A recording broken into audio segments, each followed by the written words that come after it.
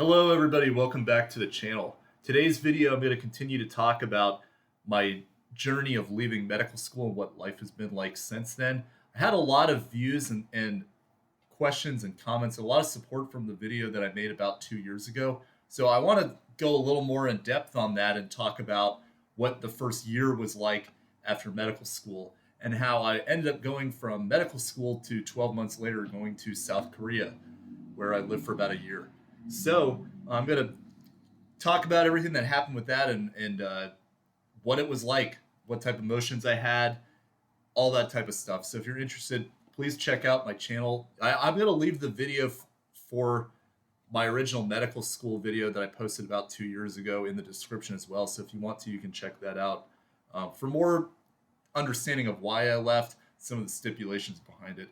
But for some summary of it, in case you didn't get to watch that video, I left medical school in April 2018, which hard to believe it's almost 6 years ago now. But at the time, I was a student in HPSB, which stands for the Health Professions Scholarship.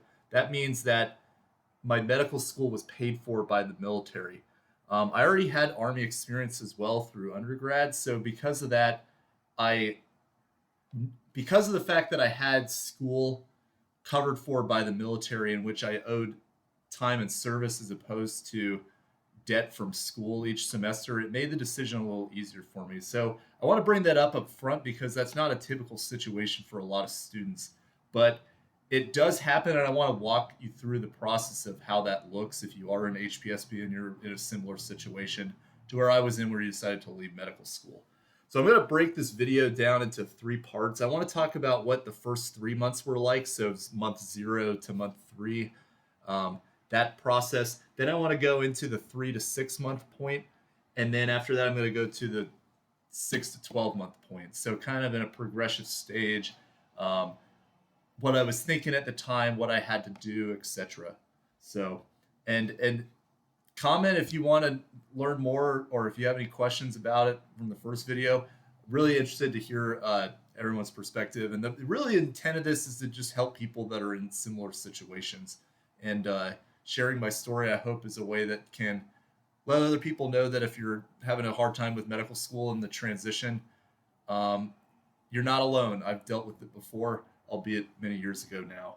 So first of all, for the 0 to 3 month point, as I said, I left medical school April 2018. But after I had made the decision to leave, the process was pretty straightforward in terms of actually resigning. I just had to contact the school and let them know that I was resigning, as well as contact the HPSB coordinators, which is both pretty much as simple as a phone call. And they just took me out of the program and told me that I would hear more in the upcoming days. So at that point, I started to look forward to the future in terms of, I didn't know what necessarily I would be doing next, but I knew that I would join the Army at some point. The only information I really got from HPSB is that they would be in contact with me about what my future is. What I found out a few weeks later, though, which was a little bit of a shock, is that they actually were not going to pay me for that time when I was in transition. So during start at the end of April, that was my last paycheck through the military. When I was an HPSB student, they generally give you, I think it's about $2,000, at least is what that's what it was at the time, per month, as a stipend. It might be up a little bit more. I'm not really sure what it is in recent years, but that was my stipend for school. So that terminated with the end of my HPSB scholarship, and they told me basically, keep an eye out for emails in the upcoming days about selection of your next branch. We don't have any information about what assignment you'll be going to, etc. So because of that, I moved back home with my parents and stayed with them for extended period of time. I'll kind of get into that chronologically. Really, my focus in the first 3 months, it wasn't as much like trying to find a job right away, but just to give myself time to heal and time to kind of just reflect and think about things that I want to do. So that was a lot of downtime. I had a lot of opportunity to travel, opportunity to spend time with family, things like that. It was a much needed reset. So that was, I think, it was a tough experience leaving. I think the thing that was very difficult for me was just trying to explain it to people in a way that they would understand. Um, People that haven't been in the medical field don't really necessarily understand the level of stress that you're going through in school and in clinicals. And a lot of my friends that were not in the medical school program, when I explained the situation to them, uh, did not take it very well. They told me I was crazy. Why are you giving up all this money that you could get, etc. And I think that that was a point where going through that experience, I really learned who my true friends were and who my true friends weren't. Which, in the grand scheme of things, now, when you get older, that kind of stuff doesn't really matter. But when you're in your mid 20s, that stuff is more important, at least in how you value it at the time. So I did try to work with a family friend at that time. For reasons I'm not going to go into this video, that did not work out. So that was my one chance of trying to work during those first 3 months. But that most of my time was spent just kind of relaxing, getting a sense of what I wanted to do. Went to a lot of baseball stadiums. My goal is to eventually go to all 30 baseball stadiums, and during that summer, I was able to go to either 9 or 10. So that was very nice. But it was just kind of a nice downtime to relax, spend time with family, do a little bit of traveling, etc. So good experience. Did I have a sense of regret? Is what some people might be asking, and I would say honestly, not really. As I would say, you could see in my previous video, I tried to repeat medical school a couple times, and I had multiple situations in where I was on the verge of failing or had to repeat. And I think that I kept pushing myself so much to try to get over the hump that eventually I kind of realized that this just wasn't working for me. So it made the decision to leave easier because I felt that there were a lot of opportunities where I could have left and I continued to try pushing through. However, it wasn't working out for me. So I don't feel like I had any regret from leaving during that time. I just kind of remembered more thinking about, okay, well, what am I going to do now? Because I don't even know what field of the military I'm going to go into, etc. Eventually, I did get an email from them and a call from them about picking my branch. So for those of you who are not familiar with the military, there's branches of service, which are Army, Air Force, Navy, Marines, etc. But then there's branches within those branches, which is called, some of them call it like military occupational specialty or MOS. Others call it like a control branch, etc. So I had to pick what specialty branch I wanted to do within the Army at the time. So I have a lot of friends who were in the military, and I got a lot of different opinions about things that might be good to look into. I thought about areas that could be applicable to me long term. So in a way, it was kind of nice because I knew that there would be a new opportunity for me in the future, but I just didn't know what it was at the time.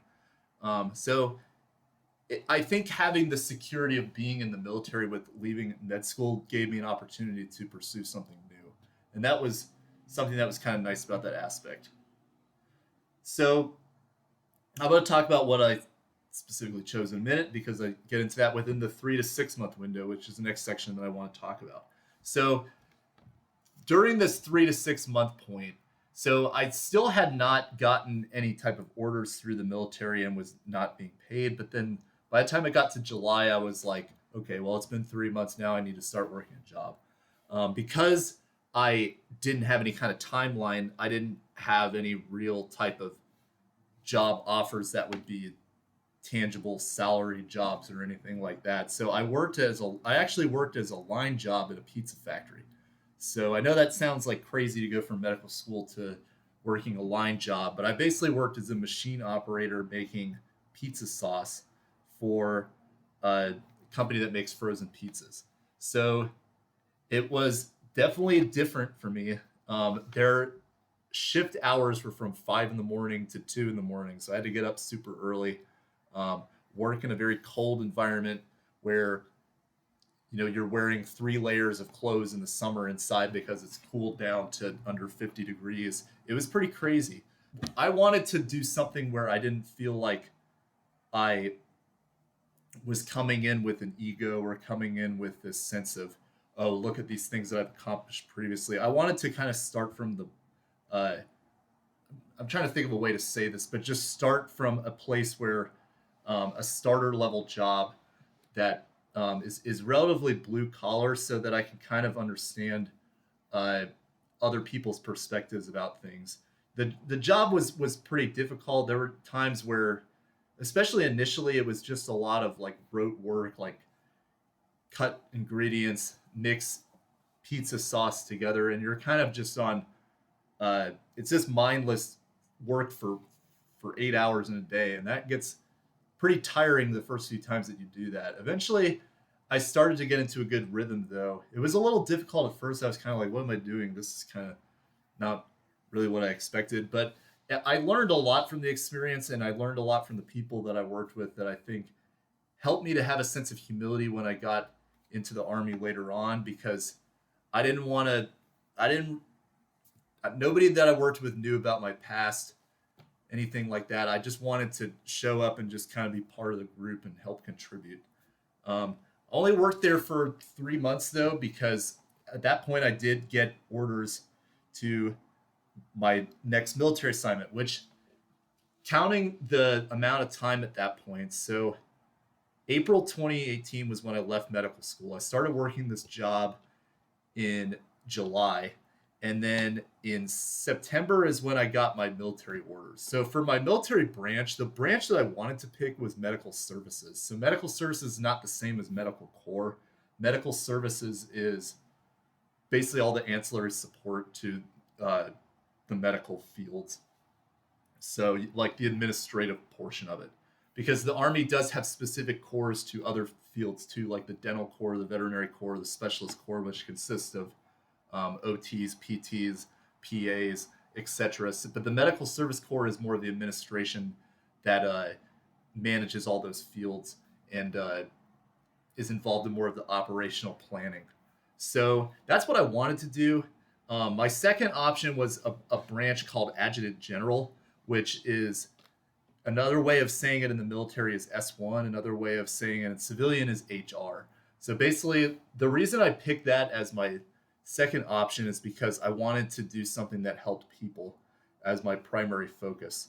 And I felt like this could be a job that is administrative. It does a lot of people's HR services, and it can help people.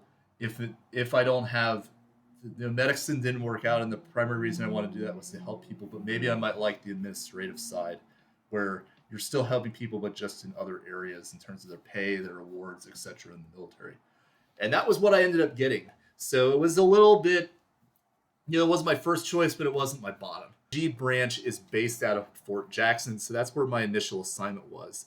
So the orders that I got gave me both my assignment to what's called Bullock, which is the basic officer leader course where you go to if you're a new lieutenant, and then it gave me orders to my follow-on assignment, which was in South Korea. And at the time, I was kind of like, why am I going to South Korea? I don't want to do that. I wanted to stay somewhere in the United States so I can get back on my footing again.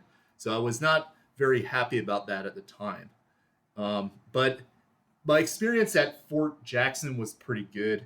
I think transitioning from medical school to Bullock, there was a lot of concern about like, oh, what would it be like to be in the Army? And I can understand. At least I had military experience. I think it would be pretty nerve-wracking for someone who did the HPSP program and then left medical school to go into the Army and then wonder what it would be like to, oh, like I'm reporting to my first assignment at Basic Officer Leader course. And it can be daunting, but it's more of what they say is like a gentleman's course, is kind of the term used in the military, is that they've kind of you've already completed the baseline steps of what you need to become an officer. So they're not going to be having you do a lot of drill and a lot of intense training, but more so teaching you how to be an officer for soldiers. So, and that's especially true for the AG branch because it's if you've ever been in the military and been around an S1, it's an office-based job. They do go to the field to participate in exercises, but it's very much sitting at a desk working on a computer. So because of that, the training is kind of based around that as well. And Fort Jackson is pretty nice because it's in Columbia, South Carolina, which is a college town. It's also a pretty up and coming city too. There's quite a bit to do there. You're close to Charleston. You're close to Charlotte. Pretty nice area if you've been around there, um, or maybe interested in visiting. I would recommend that. But overall, I felt it was a good experience. And in terms of how my emotions were by this point of the time, I think that, you know, between working the pizza factory job and then getting into the military, it was a little more. I felt like I had gotten to that point where now that I was occupied in other areas, I felt more secure about the path I was going down and more looking forward to what's going to come instead of dwelling on the past. So I think that, again, one of the benefits of being in the HPSB and having the military pay for your scholarship is not only because you don't have to owe debt, but you know that you have a job coming out of it. So that was a good situation because it allowed me to immediately start focusing on the next steps of what I have to do in my career. And it helped me to move past medical school. And again, it was not always easy because you run into people and they ask you about your story and they kind of throw these, oh, well, what if you just kept going through? And I wouldn't say it necessarily discouraged me and made me feel that I regretted what I'm doing, but at the same time, it's tough when you have been going at something to that's a goal to become a doctor for almost 4 years, and it didn't come to fruition. So that part was kind of tough to know that I put so much time and effort into it, and it didn't really lead to anything tangible. But at the same time, it taught me some valuable lessons that I think made me, in my upcoming job, approach it with a little more of a um, mature perspective, but also a perspective that could be kind of empathetic towards others. So I'll fast forward a little bit. So at this point, like after I finished my training at Fort Jackson, then I went on to Korea. And in Korea, my job there was to be a platoon leader. So in that one, it was basically, if you're not familiar with the Army, a platoon leader is basically a lieutenant level leading of soldiers. So you lead about anywhere from 10 up to 50 people. Mine was pretty small. It was only about like 15 to 20 at most. But that was another experience that I felt like was different than what I expected, but it was still a good experience. And it gave me the opportunity to live in Korea. As I said before, at first I was kind of not really into the idea of living outside of the country. And it took me a little while to get used to it, but I did have a lot of great experiences in Korea that gave me the opportunity to see a different part of the world in Asia and to really just kind of broaden my perspective about the world and about people that are in the Army. Learned a lot about the people that I worked with out there. It was a pretty good experience. So in future videos, if I get, how about this? If I get 10 likes on this video, then I'll make a video talking about one of my travel trips to Korea and some of the places that I went there. It was a really cool opportunity, and I would love to share that. I love traveling too, and I think that having the opportunity to go there really opened up a hobby that I didn't really know that I have in terms of traveling and just seeing places around the world. The military gave me a lot of opportunities to be able to travel since leaving medical school, and I am pretty thankful for that. So the overall intent of why I bring up this type of stuff in the video is that this is specific to my situation, and I understand that it's, for me specifically, being in the HPSP program made all this possible. If I was not a military employed medical student, for lack of better words, then it would be a lot more difficult to leave. And I think it would be a lot more difficult to get my footing back under me as quickly as I did. But the point I want to make is that when you do make the decision to leave med school, or really this can be applied to any type of career. If you are in a career decision where you don't want to do it anymore, once you make the decision to leave, my advice would be to not look back.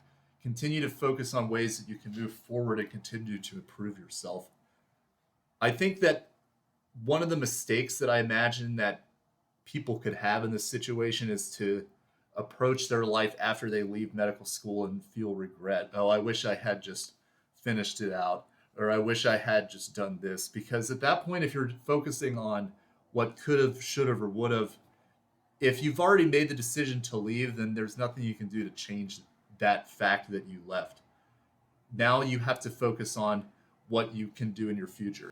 So hopefully, I hope this video can be a way to encourage people who are in similar situations that you can restart your career and you can go into a new career field. My example is my example. I went into as much depth as myself because I want to explain everything that I went through and all the challenges that you can have along the way. But I mostly want to let you know that you can do it. And I hope this video can be encouraging to anybody who's in a similar situation to not be afraid and to go after their dreams.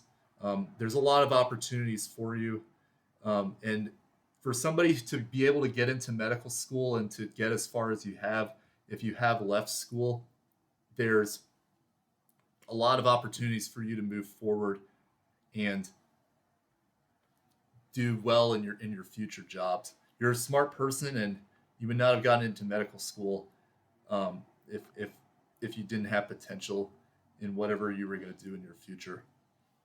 So I hope this can be encouraging. And like I said, if you want to know more specifics about why I left medical school and my process of what medical school was like, please check out the video in the description below. Well, I hope you enjoyed this video, and like this video if you want to see more content about medical school as well as some other information. I make a lot of videos. I make songs on guitar. I talk about sports like fantasy football, and I also do song reactions and some other content too. Check it out in my channel and subscribe. All right, have a good night. See you guys later. Bye.